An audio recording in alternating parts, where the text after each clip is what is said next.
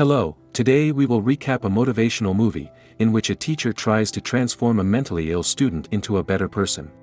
Before we start, please subscribe to our channel for free because we'll upload new videos regularly. Spoilers ahead, watch out, and enjoy. The story unfolds with Mahir engaged in a heated argument with his wife. The source of their conflict is his decision to relocate to a distant village, driven by his commitment as a teacher to offer quality education to the village children. With her reluctant approval, he bids farewell to his wife, kids, and entire family. Boarding the train, Mahir embarks on a journey, continuing by bus through a desolate mountain terrain. After a long journey, Mahir reaches the end of the road. The bus guy says the government only helps till here, so he has to walk through the mountains to reach his village. After hours of walking, he gets to the village. But when he arrives, the villagers, not knowing him, point guns at him. Quick on his feet, Mahir explains that he's a teacher here to help the kids.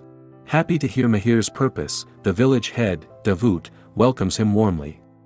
As Mahir heads to Davut's house, he witnesses a troubling scene, children in the village bullying a disabled man named Aziz, who happens to be Davut's son. Gathering at Davut's house, Mahir and the village elders engage in a discussion. Mahir is adamant about pushing forward with the school project, emphasizing that teaching in a cattle shed is not suitable since children aren't meant to learn alongside animals. Expressing his determination, Mahir announces his plan to journey to the city and meet with the head of the education office to discuss building the school. Davut remains skeptical, citing the government's historical delays, noting that it took 30 years for a teacher to finally arrive in their village. The following day, Davut strides to the center of the field and declares the forthcoming marriage of one of his sons. Excitement fills the air as his two sons eagerly approach. When Davut inquires about the elder, Aziz, despite his limp from his condition, steps forward, expressing his eagerness to marry soon. However, taking into account Aziz's disability, Davut decides that the first to marry will be Silo, Aziz's younger brother. Before his mother begins the search for Silo's future wife, he offers a piece of advice: find a woman with good teeth. Silo's mother, Hazar, eventually arrives at the chosen bride's house, extending warm greetings. The prospective bride, Saliha, is then requested to read a chapter from the Quran without glancing at the text. Surprisingly, Saliha not only displays an impressive memorization of the Quran but also exhibits excellent culinary skills and proficiency in household chores. Her graceful demeanor further convinces Hazar that she is the ideal match for her son. Upon closer inspection, Saliha falls short of meeting Silo's specific criteria. Despite this, Hazar, prioritizing character and temperament over physical appearance, accepts Saliha as Silo's future wife. For her, what matters most is the goodness within a person. The long-awaited marriage between Silo and Saliha is joyously celebrated. Saliha is escorted to Silo's house in a lively procession. Prior to meeting his future wife, Silo receives words of encouragement from his brothers, who assure him that Saliha is a stunning woman and the perfect choice made by their mother. Upon finally meeting Saliha, Silo is taken aback by her beauty and praises her. His surprise deepens when he sees Saliha smiling widely, revealing her teeth. The following day, Mahir and Davut make plans to journey to the city and meet the head of the education office. Before their departure, Aziz approaches them, seemingly eager to join. Aziz's difficulty in speaking prevents him from expressing his desires, leading Davut to instruct him to return home. Davut confides in Mahir, sharing that he has attempted various treatments for Aziz without success. Faced with the challenges of Aziz's condition, Davut has reluctantly accepted it as a fate determined by God. On their way, Mahir and Davut encounter a group of armed men, causing Mahir to fear they might be robbers. However, Davut reassures him, explaining that these men are villagers safeguarding the area, not thieves. After a lengthy journey, Davut and Mahir reach the education office. Unfortunately, their hopes are dashed when the head of the education office reveals that the budget available for building a school is minimal. Regrettably, he declines Davut's request to construct a school in their village. Back at the inn, Mahir reflects on the joyous reception he received from the children in the village, grateful for the opportunity to attend school. Determined to find a way to help them, Mahir devises a plan. Meeting with Davut and his partner, Mahir sets in motion a scheme where he pretends to be held hostage and asks his wife not to report to the police and send a ransom. With the obtained funds, Mahir and Davut make their way back to the village. The community rallies together, eager to assist in constructing the school building. Surprisingly, even the mountain lions lend a helping hand, accelerating the progress. The children in the village persist in bullying Aziz due to his physical condition. Mahir observes from a distance, contemplating ways to support and protect Aziz from the ongoing challenges he faces. The construction of the school is completed ahead of schedule, exceeding everyone's expectations. The entire village assembles in the field to inaugurate their first school building. During one of Mahir's classes, he accidentally spots Aziz discreetly observing the other children studying. Upon realizing that he's been noticed, Aziz hurriedly departs. Witnessing Aziz being bullied by the other children, Mahir intervenes, urging the kids to treat Aziz with kindness. Mahir takes the opportunity to teach his students the importance of respecting Aziz, emphasizing that he is older than them and deserves their consideration. After the previous incident, Mahir noticed Aziz around the school on multiple occasions.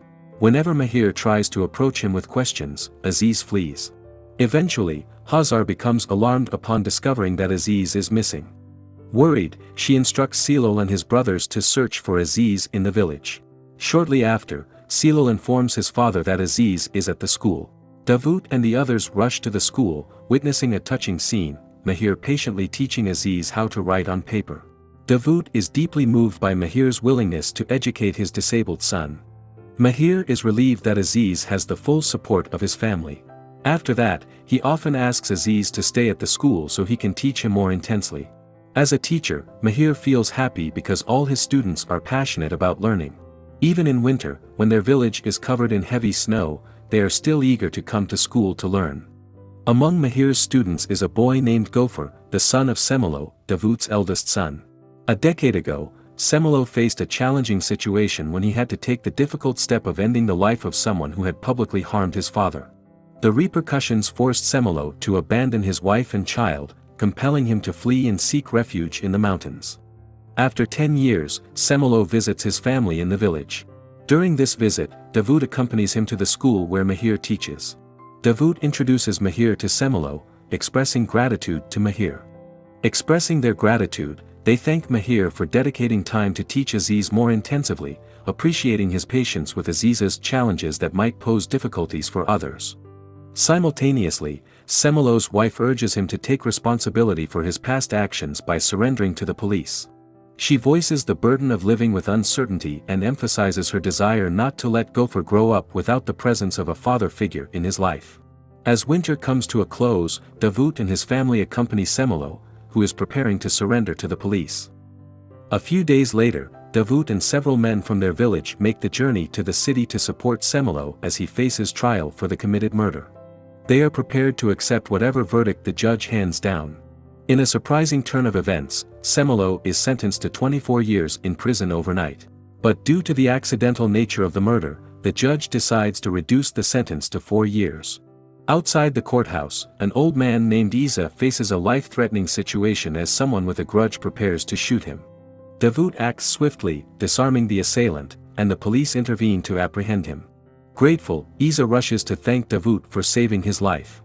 Isa, deeply grateful, intends to offer a gift to Davut. He politely declines, urging Isa to simply go home. Despite Davut's refusal, Isa insists on giving a gift, emphasizing that he owes Davut his life. In the course of their conversation, Isa inquires if Davut has an unmarried son, revealing his intention to marry off his daughter. Davut, thinking of Aziz's condition, hesitates, assuming Isa would be reluctant to marry his daughter to him. Surprisingly, Isa is unfazed and insists that Davut make arrangements for their children's wedding. Upon returning home, Davut shares the news with Aziz that he will soon be getting married, and his mother has gone to pick up the girl from her house. Aziz expresses immense joy upon hearing the news. Meanwhile, Hazar and her companions visit Isa's house. When they finally meet Isa's daughter, Mizjan, they are captivated by her beauty. Beyond her physical appearance, Mizjan is a memorizer of the Quran and excels in cooking and managing household affairs. Her impressive qualities leave Hazar and the others stunned. Overwhelmed with emotion, Hazar bursts into tears, expressing gratitude that Mizjan is willing to marry Aziz despite his disability. Following this, Isa takes his daughter to the house where the wedding will take place. Upon meeting Aziz, neither Isa or Mizjan regrets their decision to have him as Mizjan's husband. When Aziz finally meets his wife, he is visibly shocked by the beauty of Mizjan. Mizjan, in turn, fulfills her role as a wife with great dedication, expressing love and care for her husband. As their household flourishes, it becomes the subject of gossip among the women in the village. Unfortunately, in Mizjan's presence, they don't hold back from belittling Aziz, even going as far as saying they would prefer to end their lives than marry a disabled man like him. Despite the challenges, Aziz and Mizjan stand together, supporting each other in their own way. As the women in the village relentlessly bully Mizjan for having a disabled husband, Aziz can no longer contain his anger. Aziz feels helpless in defending his wife, blaming himself for the suffering Mizjan endures due to their marriage. Overwhelmed by despair, Aziz rides to the edge of the abyss, contemplating ending his life. Mahir pursues him, determined to convince him to abandon such intentions. In an effort to understand Aziz's pain, Mahir encourages him to put his feelings into writing, allowing his family to grasp the burdens and suffering he has endured. Aziz, for the first time, shares the details of his experiences with everyone through the written word.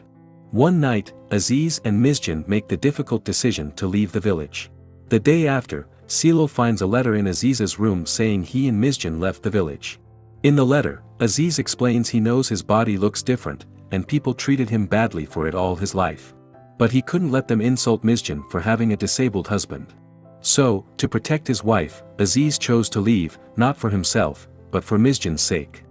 A while later, Mahir finishes teaching and decides to go back home.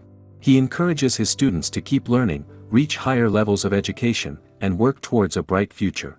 Mahir promises to visit again and hopes to find improvements in the village when he returns. 7 years later, significant changes have taken place. The village has expanded quickly, and the government has constructed a highway for easier access. One day, Davut spots a car approaching their village. When the car finally reaches the village, he is astonished to see Mahir and his wife stepping out.